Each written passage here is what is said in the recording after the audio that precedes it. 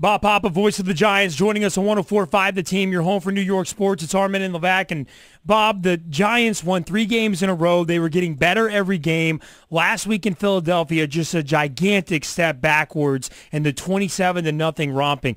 First of all, Bob, thanks for joining us. Thanks for making the time. What happened last week, Bob? Do we have an answer for that? The answer is that the Giants got beaten up physically. That's really all it is. You don't have to talk about schemes and offenses and defenses and all that other stuff.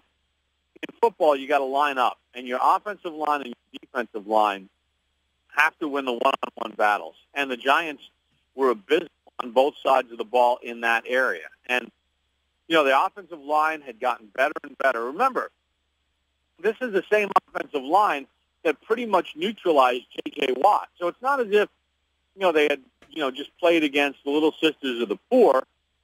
They were going against an Eagles team that had been struggling defensively in their own right, and the Giants just looked like they were playing in quicksand. And it's one of those games where you look at it, and every individual player's got to look in the mirror. You can't out-scheme your way out of it. You can't come up with a different game plan. That's not it. You have to do a better job at what you do. If that means watching more film, if that means better practicing at a quicker pace, and that's up to you individually. That's not a coach's issue. Bob, last week it was a lot of chatter back and forth between the Giants and the Eagles. This week it's basically crickets. We're not hearing anything. Is this a Coughlin mandate to shut up, or are these guys just so ticked off that they're not talking? It's probably a combination of both, but I would say the first point that you made is probably the bigger one. Coach Coughlin doesn't like all that back and forth stuff, all the chit-chat back and forth. And it got crazy last week, and it was fun. I got to be honest with you. It felt like the old Giants-Eagles rivalry, but this team did not handle it well because they did all this chirping, and, mentally they weren't there. They were distracted. They got so caught up in the other stuff, they lost their focus. Certainly didn't bother the Philadelphia Eagles, but Coughlin just said, enough. And Eli Manning even said it this week. He said, we got to grow up as a football team. And that's not part of our DNA to be that way. And, I think that Coughlin got his message across because you're right. We haven't heard a peep this week. Bob Papa, voice of the Giants, on 104.5 The Team with Armen and Levack. Bob, you've followed Tom Coughlin for a long time. How is he handling that loss? We heard so much about the new Tom Coughlin, and he's lighter and he's making jokes. Was he, back to a little grumpy? I guess I want to categorize it as grumpy Tom Coughlin. I don't know if that's fair, but was he back to grumpy Tom Coughlin this week? Yeah, here's the thing about Tom Coughlin. There's a lot of images of Tom Coughlin, and there's a lot of perceptions of Tom Coughlin that carry till this day from his time in Jacksonville. And even when he first came to New York, and he was much more of a stern person. But listen, guys, he has mellowed over the years. Obviously, 2 Super Bowl championships have enabled him to sort of adjust kind of the way he deals with the players. But the one thing you need to know about Coach Coughlin, and people asked me this last year when the Giants lost their first 6 games of the year, and friends would say to me, man, I can't believe what must it be like to be around the coach. He must be going crazy. And even people in the industry that aren't around this team were like, Coughlin must be just tearing down the walls in there. And I said, you guys all have a misunderstanding of what he's all about. He's a teacher first and foremost. And a lot of times when things are at their worst, is when he's actually his calmest, and that's why his teams have always been able to respond. During last year's 6-game winning streak, and Antrell Roll talked about it last year when they then won 7 of their last 10 games, and he said Coach Coughlin would come in on Mondays and then come in on Wednesdays and address the team and be very matter-of-fact. Here's where we have to improve. This is what's costing us football games. Now, here's what we're going to do to make it better. Here's how we're going to fix it. Here's what we need to work on. Much less of the fire and brimstone that people think. In fact, a lot of times they say he's actually harder on them after they win than after they lose. You talk about adjustments. The big one going to be this week without Victor Cruz. Does Odell Beckham Jr. become your number one target, and is the rookie ready for that?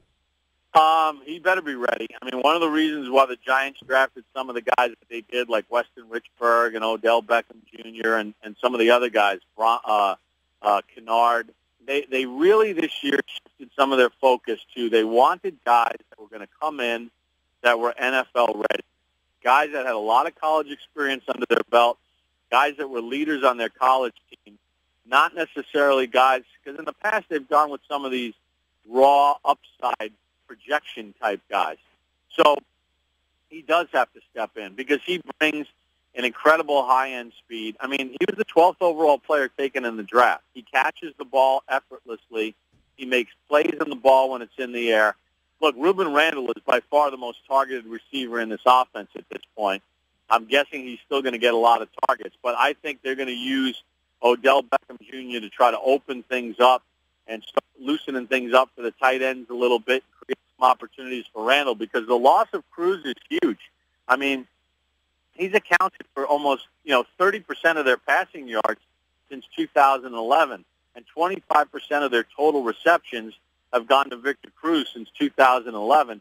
That's the fourth highest total of any receiver in the NFL. We're talking about he's behind Calvin Johnson and Andre Johnson, when we're looking at some of these numbers, and A.J. Green. Those are the three guys, the only three guys in the league since 2011 that are ahead of Victor Cruz in yardage percentage and reception percentage for the entire league over that span. So they're going to need all hands on deck to try to figure this out and make up for the loss of him. And Bob, Odell Beckham Jr., is he 100% with a hamstring? Is this a healthy Odell Beckham Jr. that we're watching this weekend? Yeah, I mean, I think each week he's getting better and better, and he's picking up what the NFL game speed is all about and how people are going to try to cover him and stuff like that. But yeah, I think his hamstring is actually getting better and better as he plays more and more. And I don't even know if he's still at 100% full throttle at this point. But even if he's at 95%, that's faster than most guys in the NFL. So I would expect him to be a major contributor or be a major focus as far as this offense is concerned.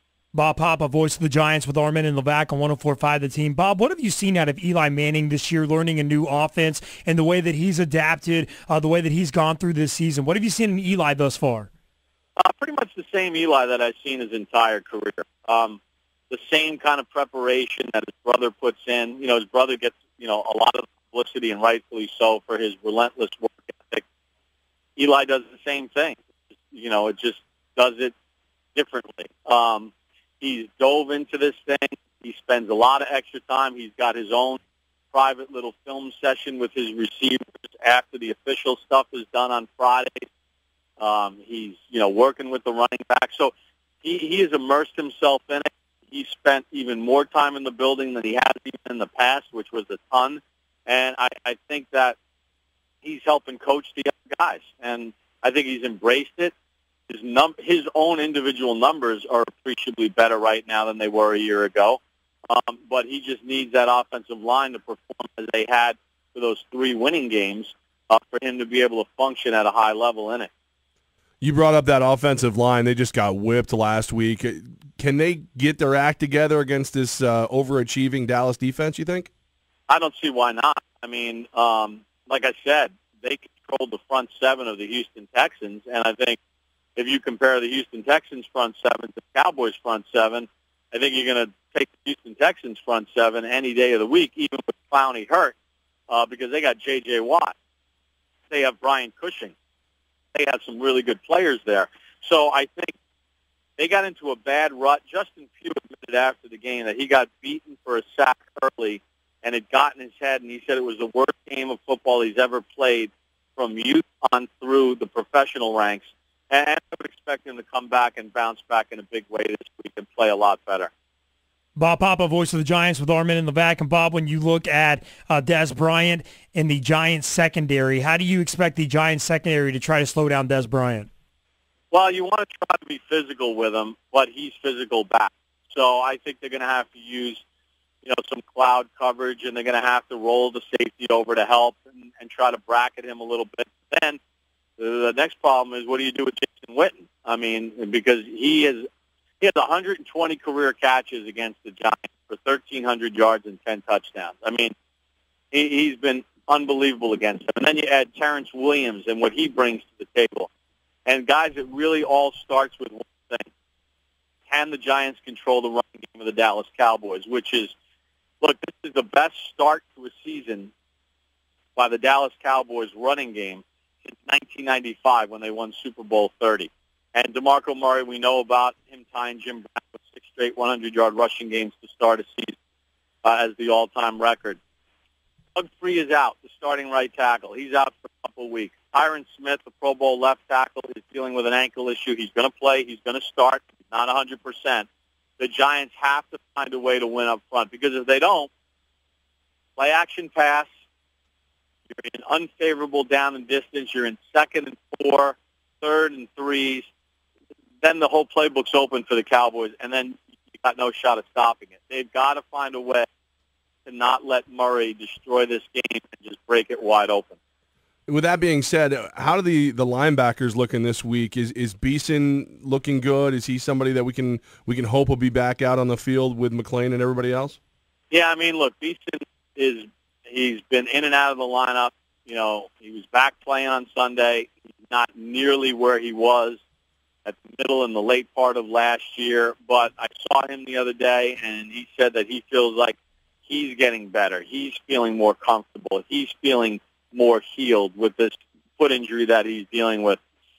Hey, listen, between Beeson and McClain, they've got to have big games. You know, the Giants' defensive front is going to have to at least try to get stalemate, and then the linebackers are going to have to play superior football in the run game if the Giants want to have a chance to slow it down, because you're not going to whip this offensive line. It's too good. But you need the linebackers here to really be in position and make sure that they're not over-pursuing, because if you do, Murray makes his one cut, and boom, your defense has been compromised, and safeties are making tackles 12 yards down the field. And, Bob, with the already banged-up secondary, you're at the Giants facility right now. What are you hearing about Dominique Rodgers-Cromartie? Will we see Crow this weekend in Dallas? That's a really good question. I mean, right now it looks shaky at best. Look, that's going to be a big blow. In the offseason, the Giants signed him. They signed Walter Thurman to play the slot from Seattle. He's out for the year on injured reserve. Tremaine McBride, who played really well for the Giants last year and then played well for the Giants this year, you know, he had a huge game at Washington. He suffered a thumb injury. He's on season-ending injured reserve. So now you're down to your third slot corner, and maybe one of your starting corners isn't available. And DRC, they're now at the secondary. So I think a lot of the burden of Des Bryant's going to fall to Prince Amukamara. Wow. Bob, we'll be listening and watching on Sunday. Thanks so much for your time, Bob Papa, voice of the Giants. Bob, appreciate it. Have a great flight. Have a great weekend. All right, guys. Thanks for having me.